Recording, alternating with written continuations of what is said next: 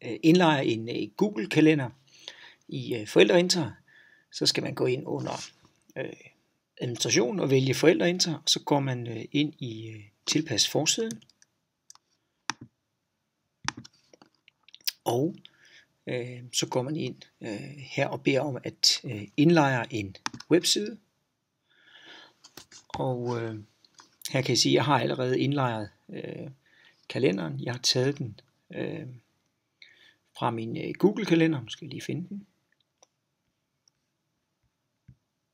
Som ser sådan der ud.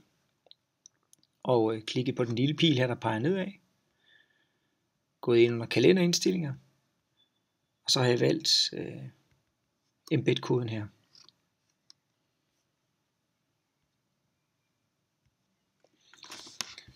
Så går jeg ind under kilde her. Og så paster jeg embed-koden ind.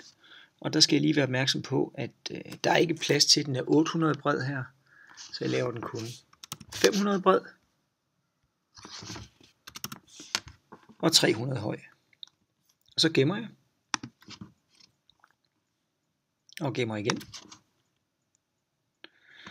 Og så prøver jeg at gå ind i tilpas forside. Under forsidens elementer.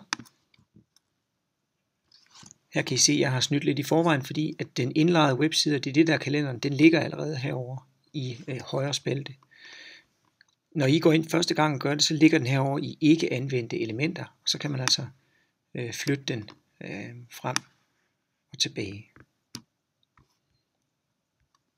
Så gemmer man, gemmer igen, så kan man prøve at gå på forældreintra, og så kan man her se, at kalenderen er indlejret i det her tilfælde nede i bunden. Det vil sige, at man som forældre kan følge med i en kalender, som lærerne kan opdatere via telefonen. Som forældre kan man også abonnere på sådan en Google-kalender på sin telefon, men hvis ikke man har lyst til det, så kan man altså følge med her. Og det kunne være et alternativ til en lektiebog, til en ugeplan og til en klassekalender. God fornøjelse.